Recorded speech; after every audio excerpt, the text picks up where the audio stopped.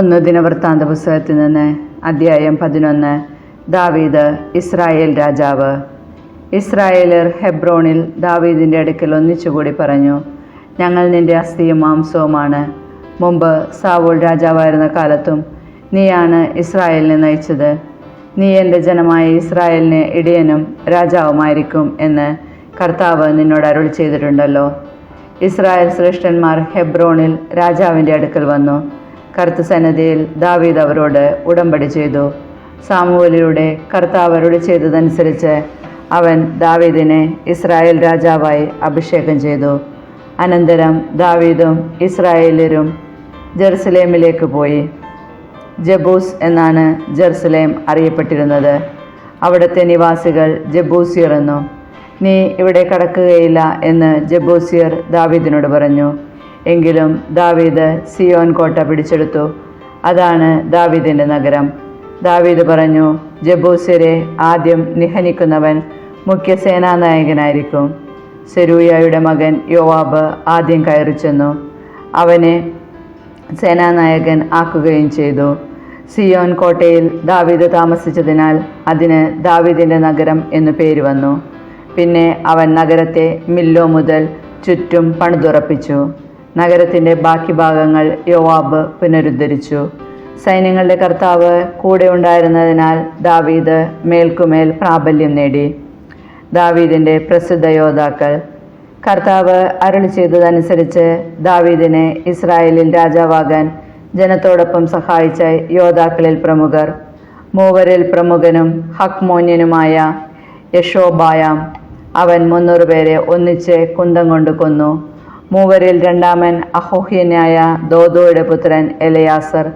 ഫിലിസ്ത്യർ പസ്ദമീമിൽ അണിനിരന്നപ്പോൾ അവൻ ദാവീദിനോടുകൂടെ ഒരു ബാർലി വയലിലായിരുന്നു. ജനം ഫിലിസ്ത്യരുടെ മുൻപിൽ നിന്ന് ഓടിക്കളഞ്ഞു. എന്നാൽ അവൻ വയലിൻ്റെ മധ്യത്തിൽ നിന്ന് അത് കാക്കുകയും ഫിലിസ്ത്യരെ വെട്ടിവീഴ്ത്തുകയും ചെയ്തു. കർത്താവ് ഒരു വൻ വിജയം നൽകി അവരെ രക്ഷിച്ചു.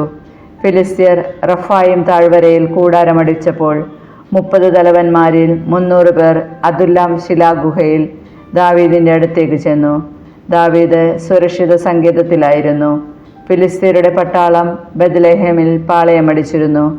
ദാവീദ് ആർത്തിയോടെ ചോദിച്ചു, ബെത്ലഹേം പട്ടണവാതിൽക്കലിലെ കിണറ്റിൽ നിന്ന് ആരെനിക്ക് വെള്ളം കുടിക്കാൻ കൊണ്ടുവരും? ആ 3 പേർ ഉടനെ ഫിലിസ്ത്യരുടെ പാളയത്തിലൂടെ കടന്ന് ബെത്ലഹേം പട്ടണവാതിൽക്കലിലെ കിണറ്റിൽ നിന്ന് വെള്ളം കോരി ദാവീദിന് കുടിക്കാൻ കൊണ്ടുവന്നു. ദാവീദ് അത് കുടിക്കാതെ ദൈവത്തിന് സമർപ്പിച്ചുകൊണ്ട് പറഞ്ഞു, എൻ്റെ ദൈവത്തിൻ്റെ സന്നദ്ധയിൽ ഞാനിത് ചെയ്യാനിടയാകാതിരിക്കട്ടെ. ഞാൻ ഇവരുടെ ജീവരക്തം കുടിക്കുകയോ? പ്രാണൻ പണയം വെച്ചാണല്ലോ അവർ ഇത് കൊണ്ടുവന്നത്. അത് കുടിക്കാൻ അവന് മനസ്സ് വന്നില്ല. 3 യോദ്ധാക്കൾ ചെയ്ത കാര്യമാണിത്. യോവാബിൻ്റെ സഹോദരൻ അബിഷായി ആയിരുന്നു 30 പേരിൽ പ്രമുഖൻ. അവൻ 300 പേരെ ഒന്നിച്ച് കുന്തം കൊണ്ട് വധിച്ചു. ഇവനും മൂവർക്കും പുറമെ കീർത്തിമാനായി. അവൻ 30 പേരിൽ ഏറ്റവും പ്രശസ്തനും അവരുടെ അധിപനുമായിരുന്നു. എന്നാൽ അവൻ മൂവരോടൊപ്പം എത്തിയില്ല. കബ്സേൽക്കാരനും പരാക്രമശാലിയും യഹോയദായുടെ പുത്രനുമായ ബെനായ വീരകൃത്യങ്ങൾ ചെയ്തവനാണ്. അവൻ മോവാബിലെ 2 ധീരന്മാരെ വധിച്ചതിനു പുറമെ മഞ്ഞുകാലത്ത് ഒരു ഗുഹയിൽ കടന്ന് ഒരു സിംഹത്തെയും കൊന്നു. 5 മുഴം ഉയരമുള്ള ദീർഘകായനായ ഒരു ഈജിപ്തുകാരനെയും അവൻ സംഹരിച്ചു. ഈജിപ്തുകാരൻ്റെ കയ്യിൽ നെയ്ത്തുകാരൻ്റെ ഓടം പോലുള്ള ഒരു കുന്തമുണ്ടായിരുന്നു. ബെനായ ഒരു വടിയുമായി അവനെ സമീപിച്ച് കുന്തം പിടിച്ചു പറിച്ച് അതുകൊണ്ട് തന്നെ അവനെ സംഹരിച്ചു.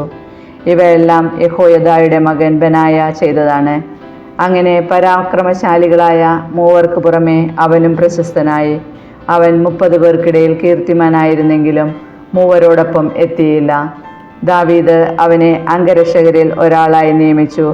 സൈന്യത്തിലെ രണശൂരന്മാർ യോവാബിൻ്റെ സഹോദരൻ അസഹേൽ, ബെത്ലഹേംകാരൻ ദോദോയുടെ പുത്രൻ എൽഹനാൻ, അദോരിലെ മുഹമ്മോത്ത്, പെലേന്യനായ ഹേലസ്, തെക്കോവായിലെ ഇക്കേഷിൻ്റെ മകൻ ഈര, അനാത്തോത്തിലെ അബിയേസർ, ഹുഷാത്യൻ, സിബേക്കായ്, അഹോഹ്യൻ, ഈലായി, നെത്തോഫായിലെ മഹറായി, നെത്തോഫായിലെ ബെനായുടെ മകൻ ഹേലദ്, ബെഞ്ചമിൻ്റെ ഗിബയായിലെ റിബായിയുടെ മകൻ ഇത്തായി, പിറാത്തോനിലെ ബെനായ, ഗാഷ് അരുവിക്കരയിലെ ഹുറായി, അർബാത്യനായ അബിയേൽ, ബഹ്റൂമിലെ അസ്മാവത്ത്, ഷാൽബോനിലെ എലിയാബ, ഗിസോന്യനായ ഹാഷേം, ഹരാറിലെ ഷാഗിയുടെ മകൻ ജോനാഥൻ, ഹരാറിലെ സക്കാറിൻ്റെ മകൻ അഹിയാം, ഊറിൻ്റെ മകൻ എലിഫാൽ, മെക്കറാത്യനായ ഫേഹർ, പെലോന്യനായ അഹിയ, കാർമലിലെ ഹെസ്രോ,